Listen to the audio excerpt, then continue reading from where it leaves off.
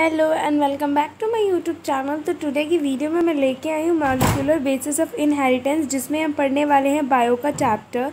ठीक है, जिसमें हम ये वीडियो को मैंने पार्ट्स में डिवाइड किया क्योंकि ये बहुत ज़्यादा इंपॉर्टेंट क्वेश्चन है। ठीक है, जैसे ये पार्ट 1 है, ये बहुत ज़्यादा इंपॉर्टेंट क्वेश्चन है, चैप्टर है, और इस चैप्टर से बहुत ज़्यादा वेटेज भी मिला है, पूछा जाता है एग्ज़ाम्स में, और ये थोड़ा लेंथी चैप्टर भी है, इस वजह से इसको पार्ट्स में डिवाइड किया है। और मैं इस वीडियो में कवर करूँगी सब कुछ। ठीक है, जैसे कि क्वेश्चन आंसर जो भी न्यू पैटर्न पे जो हमारे हैं वो कवर करूँगी। ठीक है, तो बिल्कुल मेरे साथ एंड तक बने रहना, बीच में बिल्कुल स्किप मत करना वरना आपका लॉस होगा, और मैं बिल्कुल एक एक पॉइंट टू पॉइंट समझाऊंगी। ठीक है, तो विदाउट एनी वेस्टिंग टाइम हम आज की वीडियो को स्टार्ट करते हैं। ठीक है, जैसे आप देख रहे हो पॉइंट्स टू लर्न है कि हम इस चैप्टर में क्या क्या पढ़ेंगे। पहले हमें पता चल गया कि हम इन चीज़ों के बारे में पढ़ेंगे, उसके बाद मैं एक एक चीज़ को क्या करूँगी, डिफ़ाइन करूँगी। ओके, तो पॉइंट्स टू लर्न में मतलब जो इस चैप्टर की इस चैप्टर के अंदर हम क्या क्या पढ़ने वाले हैं वो चीज़ के ऊपर देख लेते हैं। डीएनए के ऊपर पढ़ने वाले हैं, the search for genetic material, RNA world, replication, transcription, फिर genetic code, translation, regulation of genes expression, human genome project and DNA fingerprinting. ठीक है, तो ये 10 टॉपिक्स हैं जिनके ऊपर हम अपनी वीडियो को पढ़ने वाले हैं, अपने चैप्टर को पढ़ने वाले हैं। तो आई होप अगर आपको इतने सारे कॉन्सेप्ट्स, आप डरो मत इतने सारी चीज़ें कि अरे मैं तो जानती भी नहीं हूँ। आई होप कि डीएनए का नेम सबने सुना ही होगा, इसकी फुल फॉर्म भी सबको पता ही होगी। ठीक है, बट इसके बारे में डेप्थ में हम पढ़ेंगे कि किससे मिलके बनता है, और ये जो इसका सेगमेंट होता है ये ऐसे होता है। ठीक है, तो ये किससे मिलके बनता है, इसकी बॉन्डिंग क्या होती है। ठीक है, न्यूक्लियोसाइड्स टाइड्स क्या होते हैं, वो सारी चीज़ें हम डीएनए में पढ़ेंगे। तो ठीक है, तो विदाउट वेस्टिंग टाइम अपने वीडियो को शुरू करते हैं। उससे पहले मैं आपको बता दूं, अगर आप मेरे यूट्यूब चैनल पे न्यू हो तो मेरा चैनल सब्सक्राइब कर लेना, मेरी वीडियो को ज़रूर लाइक करना। ठीक है, आई होप मैं जितना भी आपको समझाऊँगी इस वीडियो में सिर्फ हम अपना डीएनए कवर करेंगे, क्योंकि आपको क्लैरिटी के साथ सब कुछ क्लियर होना चाहिए अच्छे से, बिल्कुल कॉन्सेप्ट आपका। ठीक है, तो विदाउट एनी वेस्टिंग टाइम हम आज का वीडियो शुरू करते हैं। उससे पहले मेरी वीडियो को लाइक, शेयर, सब्सक्राइब ज़रूर कर देना। ओके, तो आज की वीडियो का इंट्रोडक्शन हम देख लेते हैं। At the time of Mendel the nature of those factors regulating the pattern of inheritance was not clear. अभी हमने अपने पिछले चैप्टर में पढ़ा था principle of inheritance and variations में कि कुछ फैक्टर्स जो थे जो इनहेरिटेंस को मतलब कि ऐसे आगे बढ़ाने को, जेनेटिक को, वो कुछ फैक्टर्स क्लियर नहीं थे। ठीक है, तो फिर उसके बाद क्या हो, over the next 100 year the nature of next 100 years the nature of the putative genetic material was investigated। मतलब उसके ऊपर स्टडी हुई जेनेटिक मटेरियल्स के ऊपर कि हमारे जो जेनेटिक मटेरियल है, जीन्स है, वो किससे बने हुए हैं, क्या होता है, डीएनए क्या होता है, फिंगरप्रिंटिंग क्या होती है, कैसे मतलब कि जो हमारी वेरिएशंस होती हैं, जैसे हम इसमें पढ़ते हैं कि एक कोई भी हैबिट जो कैरेक्टर है वो दूसरे में ट्रांसफर्ड हो जाता है, कैसे हो जाता है, जेनेटिक मटेरियल जो किससे बना होता है। तो जो हमारी क्लास जो है ना वो आज बिल्कुल बायो की नहीं है, मतलब जेनेटिक क्लास है आज हमारी, जो बिल्कुल जीन्स के ऊपर बेस्ड है। तो आई होप मैं जितना भी आपको समझाऊंगी डीएनए के बारे में आपको अच्छे से समझ में आएगा। ठीक है, in the realising that DNA deoxyribo nucleic acid, this is the full form of DNA which पहले तो ये पूछी जाती है, बहुत ज़्यादा मेनली पूछी जा सकती है एमसीक्यूज़ में, तो ऐसे 1 मार्क्स में दे देंगे कि डीएनए की फुल फॉर्म क्या है। ठीक है, बाकी इससे अटके भी बहुत सारे क्वेश्चंस ऐसे हैं जो आपसे पूछे जा सकते हैं, जो बहुत ज़्यादा इंपॉर्टेंट है। और हम जानते हैं कि सीबीएसई ने पैटर्न को चेंज कर दिया है, न्यू पैटर्न के हिसाब से एमसीक्यूज़ टाइप क्वेश्चन आएंगे। तो उसमें अगर आप मतलब सिर्फ तुक्का लगाओगे तो अगर आपका गलत होगा तो गलत ही हो जाएगा, आपको एक्स्ट्रा मार्क्स नहीं मिल सकते। जैसे अगर आप डिस्क्रिप्शन वाला होता था तो आप उसमें लिखना चाहो तो 2 मार्क्स का क्वेश्चन है, तो अगर आपने थोड़ा बहुत सही लिखा है, पॉइंट मतलब थोड़ा बहुत उससे मिलता जुलता रखा तो 1 मार्क्स मिल जाता था। बट इसमें क्या होगा, गलत है तो गलत है, एग्जामिनर भी कुछ नहीं कर सकता। इसलिए आपके जो कॉन्सेप्ट हैं बिल्कुल क्लियर होने चाहिए। तो डीएनए की फुल फॉर्म क्या होती है, deoxyribo nucleic acid is the genetic material at least for the majority of organisms. Nucleic acid as polymers of nucleotides. ठीक है, अब न्यूक्लियोटाइड्स क्या होते हैं हम ये समझते हैं कि न्यूक्लियोटाइड्स क्या होते हैं। तो देखो, जो चीज़ जो है ना, शुगर, हमारा डीएनए किससे मिलके बनता है, क्योंकि न्यूक्लियोटाइड है, तो ये किससे मिलके बनता है, शुगर, फॉस्फेट, बस नाइट्रोजेनियस वेस्ट, इन 3 चीज़ों से मिलके बनता है हमारा डीएनए। और जब ये 3 चीज़ें मिलती हैं तो हमारा क्या हो जाता है, उसको क्या बोलते हैं, न्यूक्लियोटाइड। और जब शुगर और फॉस्फेट रहता है, मतलब सिर्फ शुगर और बेस रहता है हमारे पास, नाइट्रोजेनियस बेस्ड, और शुगर रहती है, तब उसको बोलते हैं हम न्यूक्लियोसाइड,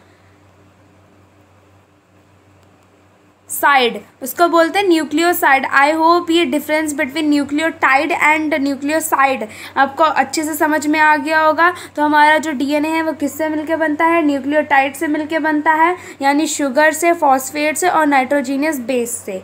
ठीक है, तो ये बहुत ज़्यादा इंपॉर्टेंट है, आपको याद रखने की ज़रूरत है। ये हर बार पूछा जाता है कि what is the difference between nucleotide and nucleoside. ठीक है, तो आई होप, देखो जो न्यूक्लियोटाइड क्या होता है, शुगर से, नाइट्रोजेनियस वेट से और फॉस्फेट से, इन 3 चीज़ों को जब हम कंबाइन करते हैं तब हमारा मिलता है न्यूक्लियोटाइड। और जब हम शुगर प्लस नाइट्रोजेनियस वेस्ट रखते हैं तो हमारा मिलता है नाइट्रोजेनियोसाइड। ठीक है, तो I hope I made myself clear to all of you about nucleoside and nucleotide. ठीक है, तो हम आगे पढ़ते हैं। Deoxy ribo nucleic acid and ribo nucleic acid, DNA and RNA. ठीक है, आई होप दोनों के नेम्स आपको बिल्कुल न्यू नहीं लग रहे होंगे, पहचान आपकी पहले हो चुकी होगी इन वर्ड से। Are the 2 types of nucleic acid found in living system. ठीक है, कहते हैं 2 टाइप ऑफ न्यूक्लिक एसिड जो लिविंग सिस्टम में पाए जाते हैं। अब what is the difference between DNA and RNA, वो हमें आपको अच्छे से पता होना चाहिए कि क्या होता है। DNA act as the genetic material in most of the organisms. ठीक है, हमें पता है जो हमारी जो जीन्स होते हैं वो किससे मिलकर, डीएनए से मिलकर बनते हैं, तभी तो हमारा जो कैरेक्टर है वो अपने पेरेंट्स से family generation to generation vary करते हैं, और उसी के अंदर कंट्रोल रहता है कि लॉन्ग होगा, ड्रॉप होगा, कोई भी हमारा आने वाली ऑफस्प्रिंग है। तो ठीक है, तो ये क्या होता है, जेनेटिक मटेरियल की तरह बिहेव करता है कुछ ऑर्गेनिजम्स में। ठीक है, तो आरएनए, फिर क्या आरएनए को देखते हैं, through it also act as the genetic material in some virus. देखो यहाँ पे ऑर्गेनिजम्स की बात हो रही है, मतलब हाँ ह्यूमन बींग्स और वगैरह की बात हो रही है। ठीक है, यहाँ पे क्या बात हो रही है, आरएनए किस में जेनेटिक मटेरियल में यूज़ करता है, वायरस में। ठीक है, वायरसेस में, कुछ वायरसेस में आरएनए होता है। ठीक है, और उसमें आरएनए जो है जेनेटिक मटेरियल की तरह पाया जाता है। Mostly function as a messenger, जैसे फेसबुक पे मैसेंजर होता है मैसेज ट्रांसपोर्ट करने के लिए, वैसे ही वायरसेस में आरएनए होता है। ठीक है, इसलिए वो डिवाइड होते चले जाते। RNA has additional role as well. इसके अलावा भी आरएनए बहुत कुछ, आरएनए सबसे ज़्यादा रिएक्टिव होता है, और ये सिंगल होता है। ठीक है, सिंगल का मतलब सिर्फ ये ऐसा होता है, एक ही रिंग वाला होता है। ठीक है, ये एक ही रिंग वाला होता है, डबल रिंग वाला नहीं होता, इसीलिए किसी से भी जाके क्या हो जाता है, अटैच हो जाता है। और एक न्यूक्लियोटाइड में या फिर साइड में सिर्फ 3 ही रिंग बन सकती हैं, उससे ज़्यादा रिंग नहीं बना सकते। ठीक है, इसलिए आरएनए क्या होता है, वेरी रिएक्टिव होता है, क्योंकि सिंगल सेल्ड होता है, मतलब सिंगल सेल्ड नहीं होता, सिंगल रिंग के साथ होता है, और एक किसी भी रेडी टू मिंगल अप होना चाहता है, मतलब किसी भी दूसरी रिंग के साथ जाके क्या हो जाता है, अटैच हो जाता है। It function as adapter, structural and in some cases as a catalytic molecule. ठीक है, अब इसलिए ये जो प्रॉपर्टी है इसकी, कैटालिटिक मॉलिक्यूल्स, ये कहाँ से आती है, ये चीज़ डीएनए में क्यों नहीं होती है, डीएनए क्यों कम रिएक्टिव होता है, ऐसे बहुत सारे क्वेश्चंस हैं जो हम अपनी वीडियो में सॉल्व करेंगे, तो मेरे साथ ज़रूर एंड तक बने रहना। नाउ हम पढ़ने जा रहे हैं डीएनए के बारे में। तो डीएनए क्या होता है, अभी हमने बस थोड़ा सा डिफरेंशिएशन जाना था डीएनए के बारे में, आरएनए के बारे में। अब हम इसको थोड़ा डेप्थ में ले जाते हैं। उससे पहले मैं, अगर आप मेरे चैनल अभी तक आपने मेरे वीडियो को लाइक नहीं किया है तो जल्दी से लाइक कर दो। ठीक है, और मुझे कमेंट सेक्शन में जल्दी से बताओ कि हाँ आपको अच्छे से समझ में आ रहा है या नहीं। ठीक है, तो the DNA DNA is a long polymer of deoxyribonucleotide. आपको पता है न्यूक्लियोटाइड और न्यूक्लियोसाइड में what is the difference between nucleotide and nucleoside. ठीक है, DNA किससे मिलके बना होता है हमारा? शुगर से, फॉस्फेट से और नाइट्रोजीनियस बेस से। इन 3 चीज़ों से मिलके बना होता है हमारा DNA, जिसको हम बोलते हैं न्यूक्लियोटाइड। ठीक है, और जिसमें सिर्फ 2 चीज़ें होती हैं, शुगर प्लस बेस, उसको बोलते हैं न्यूक्लियोसाइड। ठीक है, the length of DNA is usually defined as number of nucleotides, मतलब कि उसमें कितने पेयर्स, बेस पेयर्स प्रेजेंट हैं। मतलब ये देखो ऐसे, अभी मैं आपको फिगर पे आगे दिखा दूंगी। ठीक है, ऐसे करके ये कितनी रिंग्स, मतलब ये ऐसे करके कितने बेसेस से वो मिलके एक DNA बना है, मतलब उसमें कितनी ज़्यादा न्यूक्लियोटाइड्स जो है प्रेजेंट हैं, इसके ऊपर उसकी बेसिस को क्या करते हैं, मतलब उसकी जो लेंथ होती है उसको डिफाइन करते हैं। हमारा DNA कैसा दिखता है? अगर हम एज्यूम करें तो लेटर की तरह होता है। ठीक है, अगर हम इसको थोड़ा और मॉडिफाई करें तो इस तरह से होता है, ऐसे ही तो होता है। ठीक है, और ये बीच में स्टेप्स हो गए। ठीक है, तो हमारा DNA कैसे बना होता है? Sugar phosphate, sugar phosphate, sugar phosphate, sugar phosphate, sugar phosphate, sugar phosphate. ठीक है, तो ये जो चीज़ रहती है ना, ये जो इसकी जो बैकबोन रहती है, इस चीज़ को हम बैकबोन बोलते हैं। और ये किससे मिलके बनता है हमारा? शुगर से, फॉस्फेट से, शुगर से, फॉस्फेट से, शुगर से, फॉस्फेट से। ठीक है, और ये जो स्टेप रहती हैं, जैसे आपने लैडर देखी होगी, सीढ़ी देखी होगी, उसके बीच में ऐसे पैर रखने वाला होता है, स्टेप्स, जिसको हम रंग्स बोलते हैं। ठीक है, तो ये जो किससे बना होता है? ये हमारा नाइट्रोजीनियस जो बेस होता है वो ये चीज़ होती है। तो आई होप DNA का स्ट्रक्चर आपको बिल्कुल अच्छे से समझ में आ गया होगा। इसके अलावा मैं अभी एक स्लाइड है वो भी आपको दिखा दूंगी। ठीक है, तो this is also characteristic of an organism. ठीक है, फॉर एग्जाम्पल बैक्टीरियोफेज। ठीक है, जिसमें इतने 5386 न्यूक्लियोटाइड्स होते हैं, आप सोच सकते हो। ठीक है, तो ये एग्जांपल है, आप इसको एक बार ऐसे ही रीड कर लेना क्योंकि ये भी इम्पोर्टेंट है। ठीक है, आप चाहे तो मेरे नोट्स का स्क्रीनशॉट ले सकते हो क्योंकि बहुत ज़्यादा मेहनत से मैं खुद हैंड रिटन नोट्स हैं ये मेरे। ठीक है, तो नाउ हम पढ़ने जा रहे हैं स्ट्रक्चर ऑफ पॉलीन्यूक्लियोटाइड चैन। ठीक है, ठीक है, तो स्ट्रक्चर ऑफ पॉलीन्यूक्लियोटाइड देखो क्या है, ये साइडेनियटाइड है, चेन। ठीक है, तो ये जो तो पहली बात, सबसे पहले न्यूक्लियोटाइड हमारा किससे मिलके बनता है? एक नाइट्रोजीनियस बेस से, एक पेंटोस शुगर से, ठीक है, और एक डीऑक्सीराइबोज फॉर DNA। ठीक है, एंड अ फॉस्फेट ग्रुप। ठीक है, फॉस्फेट ग्रुप जो फॉस्फेट ग्रुप होता है उससे। ठीक है, इन चीज़ों से मिलके, इन 3 चीज़ों से मिलके हमारा क्या बनता है? पॉलीन्यूक्लियोटाइड बनता है। आपको ये चीज़ बहुत अच्छे से ध्यान रखनी है। ठीक है, there are two types of nitrogenous based, purines and pyramids. देखो 2 टाइप के वो होते हैं हमारे पास, नाइट्रोजीनियस बेसिस जो होते हैं वो 2 टाइप के हैं, प्यूरिन्स, सेकेंड है प्रिमाडेंस। ठीक है, तो देखो प्यूरिन्स में कौन सा था? प्योरिटी। आप जैसे कि आप कुछ भी बाहर लेने जाते हो मार्केट में, तो वहाँ पे लिखा होता है, वहाँ पे एक एग मार्क का साइन बना होता है, वहाँ पे एग मार्क का साइन बना होता है। तो एग मार्क का क्या साइन शो करता है? कि फॉर प्योरिटी, कि इसमें कोई मिलावट नहीं है, ये प्योर है। वैसे ही प्यूरिन्स का आप देख सकते हो, इसमें कौन कौन से नाइट्रोजीनियस बेसेस आते हैं? Adenine and guanine. ठीक है, तो इसमें आते हैं, आप प्यूरिन्स को ऐसे याद रखते हैं, प्यूरिन्स मतलब प्योरिटी, प्यूरिन मतलब प्योरिटी, और ये एजमार्क का साइन, हम जब कोई चीज़ लेने जाते हैं तो एजमार्क का साइन रहता है। जैसे ए फॉर एडेनिन हो गया, जी फॉर ग्यूनिन हो गया। ठीक है, आई होप ये प्यूरिन का कॉन्सेप्ट आपको अच्छे से समझ में आया होगा। ठीक है, उसके बाद पिरामिड, इसमें क्या आता है? इसमें साइटोन आता है, यूरैक्सिल आता है, थाइमीन आता है। ठीक है, अब ये देखो यहाँ पे एक बहुत बड़ा चेंज है कि DNA में कौन सा ऐसा मतलब कि नाइट्रोजीनियस वेस्ट होता है जो RNA में नहीं होता है। ठीक है, या फिर RNA में होता है, और जिसकी वजह से RNA ज़्यादा रिएक्टिव होता है, जिसकी वजह से DNA कम रिएक्टिव होता है। ठीक है, ये आपको कौन सा है? देखो यहाँ पे मैंने बताया, देखो एडेनिन प्रेजेंट होता है आरएनए में भी, डीएनए में भी। साइटोसिन देखो इसमें भी प्रेजेंट होता है, इसमें भी प्रेजेंट होता है। ग्यूनिन इसमें भी प्रेजेंट होता है, इसमें भी प्रेजेंट होता है। बस थाइमीन की जगह पे क्या होता है, यूरैक्सिल प्रेजेंट होता है, जिसकी वजह से ये ज़्यादा आरएनए जो है एज़ कम्पेयर टू डीएनए बहुत ज़्यादा रिएक्टिव होता है। ठीक है, cytosine is common for both DNA and RNA and thymine present in DNA. ठीक है, uracil is present in RNA at the place of thymine.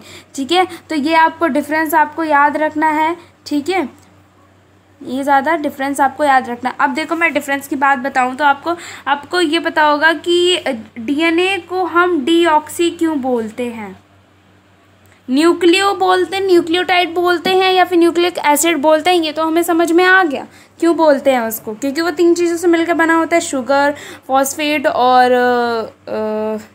Nitrogenous base से मिलकर बना होता है, इसलिए न्यूक्लियोटाइड बोलते हैं उसको। बट डीऑक्सी क्यों बोलते हैं, ये चीज़ आपको जानना इंपॉर्टेंट है। जैसे कि हमने शुगर देखा था, शुगर का स्ट्रक्चर ये होता है, यहाँ पे OH, यहाँ पे H। ठीक है, पेंटोन शुगर जो होती है उसमें 5 कार्बन्स होते हैं। ठीक है, 5 कार्बन से मिलके हमारा क्या बना होता है, शुगर बना होता है। ठीक है, उसमें 5 कार्बन्स रहते हैं। बट यहाँ पे क्या हो जाता है कि हमारे जो इस पार्ट में आप देख रहे होगे, यहाँ पे डिफिशियंसी ऑफ ऑक्सीजन हो जाती है। यहाँ पे सिर्फ H प्रेजेंट है, O प्रेजेंट नहीं है, मतलब ऑक्सीजन का कोई भी बॉन्ड एलिमेंट प्रेजेंट नहीं है। ठीक है, इसीलिए हम उसको क्या बोलते हैं, डीऑक्सी, मतलब डिफिशियंसी ऑफ ऑक्सीजन। ठीक है, इसीलिए हम डीएनए को क्या बोलते हैं, डीऑक्सी। ठीक है, और आरएनए में ऐसा कुछ भी नहीं होता है। आरएनए में आप देख लो उसका स्ट्रक्चर शुगर का, तो ऐसे ही रहेगा। यहाँ पे OH लगा है तो यहाँ पे भी OH ही लगा है, इसमें कोई भी डिफिशियंसी नहीं होती है, इसलिए इसको राइबो न्यूक्लिक एसिड बोलते हैं और इसको डीऑक्सी राइबो न्यूक्लिक एसिड बोलते हैं। डीऑक्सी क्यों बोलते हैं वो भी आपको पता चल गया। तो मैंने अभी तक 2 डिफरेंस बता दिया आपको कि what is the difference between RNA and DNA. एक तो ये इसके जो बेसिस है, एक इसमें थाइमिन प्रेजेंट होता है, इसमें यूरैक्सिल प्रेजेंट होता है। ठीक है, यूरैक्सिल प्रेजेंट होता है। ठीक है, आरएनए ज़्यादा रिएक्टिव होता है एज़ कम्पेयर टू डीएनए, और डीएनए को हम डीऑक्सी क्यों बोलते हैं, क्योंकि उसमें डिफिशियंसी ऑफ ऑक्सीजन होती है एज़ कम्पेयर टू आरएनए। ठीक है, तो ये जो डिफरेंस थे वो मैंने आपको बता दिया। आई होप आरएनए और डीएनए में डिफ्रेंशिएशन और अच्छे से आपको समझ में आ गया होगा। ठीक है, A nitrogenous base is linked to the pentose sugar through an glycosidic linkage to form a nucleoside, such as adenine or deoxyadenosine, glucosine, deoxycytine and uridine और deoxythymine। ठीक है, तो देखो एक कॉमन चीज़ मैं आपको बता देती हूँ। यहाँ पे देखो, जैसे कि हमारा नाइट्रोजनस बेस होता है, उसी के हिसाब से हम देखेंगे जो हमारा जो डीएनए बन रहा है वो किस फॉर्म में है। अगर नाइट्रोजनस बेस्ड मतलब ये है हमारा एडेनिन है। ठीक है, एडेनिन है, उसमें एडेनिन नाइट्रोजनस बेस है हमारा। शुगर क्या है, डीऑक्सी है, मतलब कि उसमें डिफिशियंसी ऑफ शुगर है। फॉस्फेट ग्रुप प्रेजेंट है। ठीक है, फॉस्फेट ग्रुप प्रेजेंट है हमारा। ठीक है, तो उसमें अगर हम देखें तो कौन सा डीएनए बनेगा, देखो ये डीऑक्सी है, ये एडेनिन है, तो क्या बनेगा हमारा, क्या बनेगा, देखो यहाँ पे डीऑक्सी एडेनोसाइन। ठीक है, ये वाला एसिड हमारा वहाँ पे प्रोड्यूस्ड होगा। अगर हमारा जो बेस नाइट्रोजनस बेस है वो अगर ये मतलब होता, ये होता साइटिन होता, तो हमारा जो डीएनए होता वो डीऑक्सीसाइटिन डाइन प्रेजेंट होता। ठीक है, अगर यूडाइन होता तो हमारा डीएनए ये प्रेजेंट होता। ठीक है, सॉरी थाइमिन प्रेजेंट होता तो हमारा डीऑक्सीथाइमोडाइन प्रेजेंट होता। ठीक है, तो हमारी नाइट्रोजनस बेस पे डिपेंड करता है कि हमारा डीएनए किस फॉर्म में होगा या फिर हमारा डीएनए कौन सा होगा, एडेनिन होगा, साइटोसिन होगा, थाइमिन होगा, कौन सा होगा। ठीक है, तो नाइट्रोजनस बेस क्या है, इम्पॉर्टेंट है। ठीक है, ठीक है, तो अभी आपने पढ़ा था कि अभी मैंने आपको डीएनए का स्ट्रक्चर बताया था। ठीक है, इस पॉइंट के बारे में मैं आपको बता रही हूँ।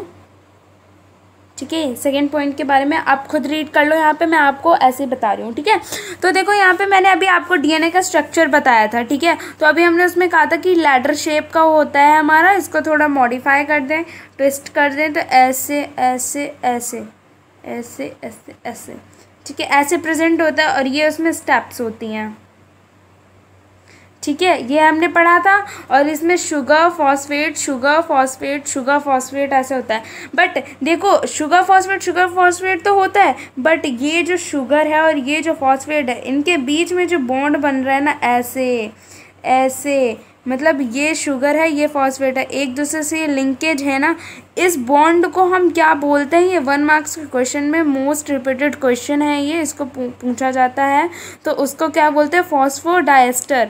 उस बॉन्ड को क्या बोलते हैं हम? फॉस्फोडाइएस्टर, ठीक है। जो बॉन्ड शुगर और फॉस्फेट को लिंकेज करके रखता है इन डीएनए, जिसकी हेल्प से हमारा डीएनए बनता है, उस बॉन्ड को क्या बोलते हैं हम? फॉस्फोडाइएस्टर बॉन्ड, ठीक है। आई hope I made myself clear about phosphodiester bond, ठीक है। उसको क्या बोलते हैं? फॉस्फोडाइएस्टर बॉन्ड, ठीक है।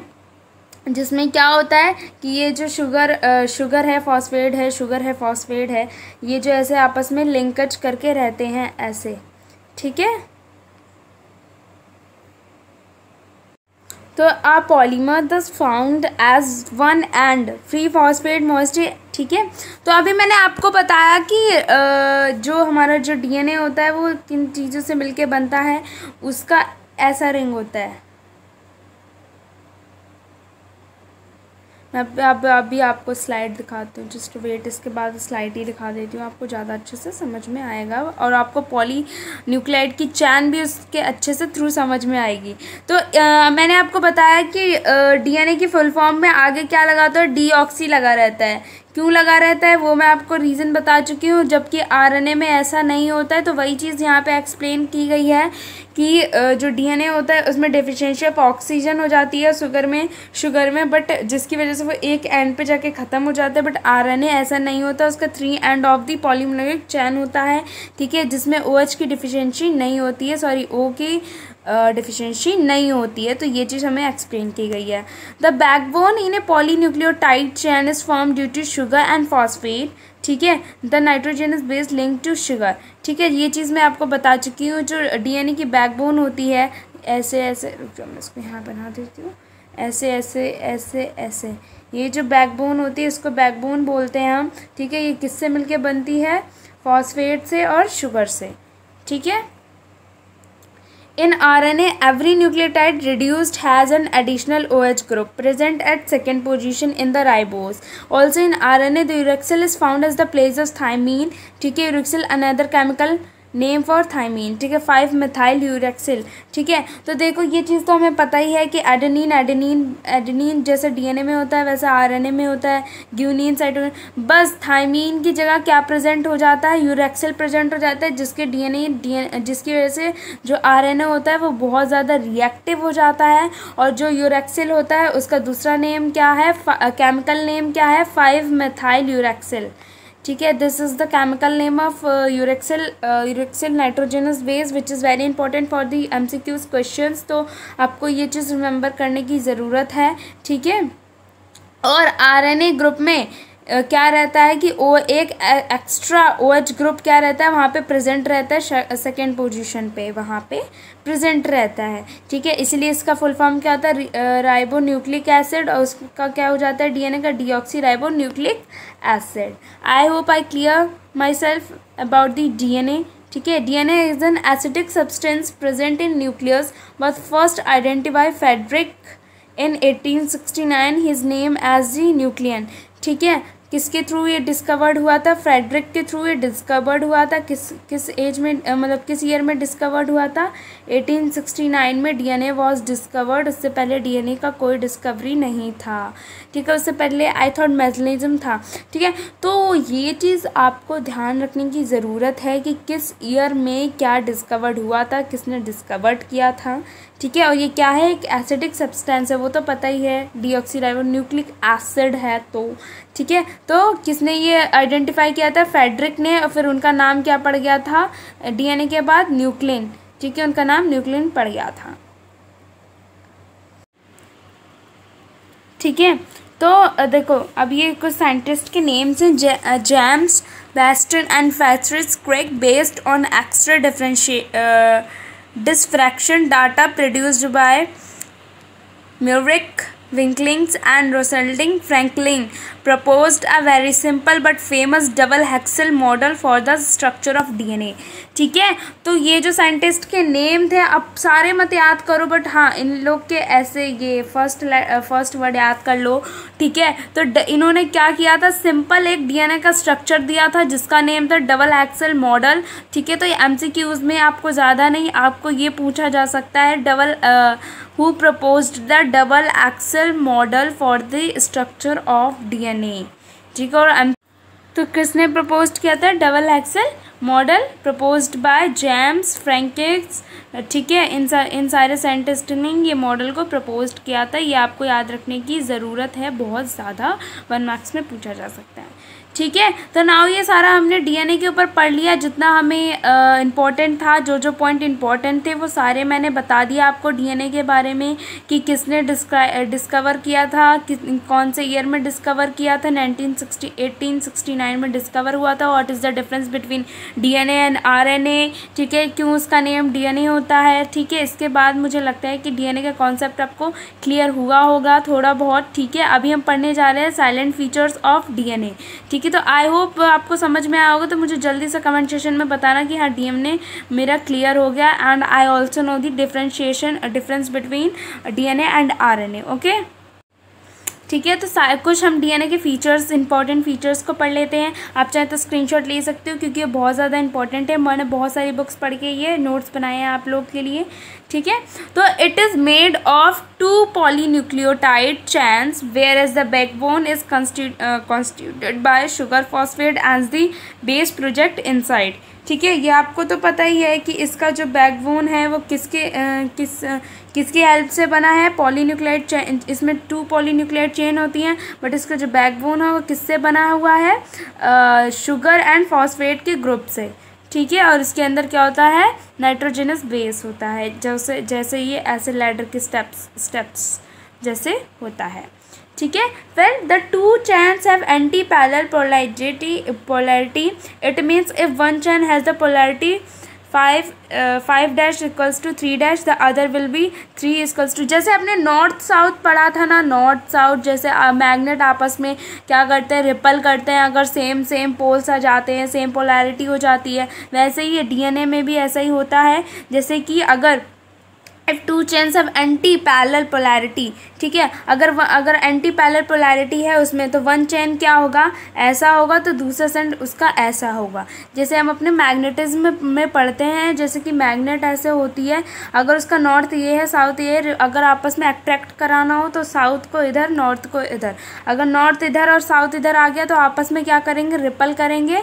अगर अपोजिट होंगे तो अट्रैक्ट करेंगे। वही चीज़ यहाँ पे भी है। ठीक है, the bases into 2 stands are pair. ये हमारा डीएनए क्या होता है, डबल स्टैंडर्ड होता है, where is RNA is not. ठीक है, the basis in 2 stand are paired through hydrogen bond. ठीक है, इनके जो बेसिस पेयर्ड होते हैं वो किसकी बॉन्ड की वजह से होता है, हाइड्रोजन बॉन्ड की वजह से होते हैं, फॉर्मिंग बेस पेयर्स। ठीक है, adenine forms 2 hydrogen bonds with thymine from opposite standard and vice versa. ठीक है, एडेनिन जो करता है वो कितने हाइड्रोजन बॉन्ड्स फॉर्म करता है, 2। ठीक है, 2 हाइड्रोजन बॉन्ड्स। ठीक है, थाइमीन क्या करता है, उससे opposite, form opposite stand and vice versa. Okay, similarly Gibbs is bonded with साइटोन with 3 hydrogen bond. वो तो उनकी स्ट्रेंथ के ऊपर डिपेंड करता है ना, कौन कितना ज़्यादा स्ट्रांगली अटैच करता है, कौन ज़्यादा जितना वीक है। जैसे कि ये जो है ग्यूमिन है। ठीक है, ग्यूनिन है। ठीक है, ये जो बॉन्ड बनाता है साइटोसिन से बॉन्ड बनाता है, तो कितने हाइड्रोजन बॉन्ड की ज़रूरत पड़ती है, 3 हाइड्रोजन बॉन्ड ये प्रोड्यूस करता है। As a result always a purine comes opposite to the pyramids. ठीक है, मतलब कि प्यूरिन और ये जो पिरामिडाइन होते हैं, ये क्या होते हैं, आपस में अपोजिट रहते हैं हमेशा। ठीक है, this generates approximately uniform distance between 2 ends of the hexagon। ठीक है, the 2 chain are coiled in a right-handed fashion। ठीक है, जो 2 चेन होती हैं वो किस तरह से coiled होती हैं, right-handed fashion में। the pitch of the hexagon is 3.4 4 nanometre. ये आपको याद रखने की ज़रूरत है। ये जो पिच होती है, मैं आपको अभी अपनी स्लाइड दिखाऊंगी तो उसमें आपको क्लियर हो जाएगा। उसकी जो लेंथ होती है वो कितनी होती है, 3.4 नैनोमीटर। इट इज़ इम्पॉर्टेंट, ठीक है। एंड देयर आर रफली 10 BP मतलब base pair in each turns. Base pair मतलब कि हाइड्रोजन बॉन्डिंग, ठीक है। Base pair 10 base pair constantly the distance between a base pair in a हेक्सेल is approximately equal to 0.34 nanometre, ठीक है। एक बेस पेयर और हेक्सेल में कितना डिफरेंस होता है, उनकी जो डिस्टेंस होती है कितनी होती है, 0.34 नैनोमीटर, ठीक है। The plane of one base pair stack over the another in double हेक्सेल। This is addition to H bond confers stability of हेक्सियल स्ट्रक्चर, ठीक है। ये थे कुछ साइलेंट फीचर्स, ठीक है। ये थे कुछ इंपॉर्टेंट फीचर्स डीएनए के, कि मतलब कि इसमें हाइड्रोजन बॉन्डिंग कितनी होती है, कितने हाइड्रोजन बॉन्ड्स की ज़रूरत पड़ती है, कौन कौन से बेसिस होते हैं, प्यूरीन क्या होता है, ये सब कुछ मैंने अपनी इस वीडियो में बता दिया है, ठीक है। तो हम अपनी इस वीडियो को यहीं तक ख़त्म करते हैं, यहीं पर ख़त्म करते हैं। कल हम अपनी नेक्स्ट पार्ट में पढ़ेंगे इसके आगे का, इसके आगे से हम अपना चैप्टर को कंटिन्यू करेंगे। तो आई होप आपके सारे डाउट्स क्लियर हो गए होंगे अबाउट डीएनए। तो कोई भी कन्फ्यूजन है तो आप मुझे कमेंट सेक्शन में कमेंट करके बता सकते हो। Okay, bye bye, take care and see you in next video.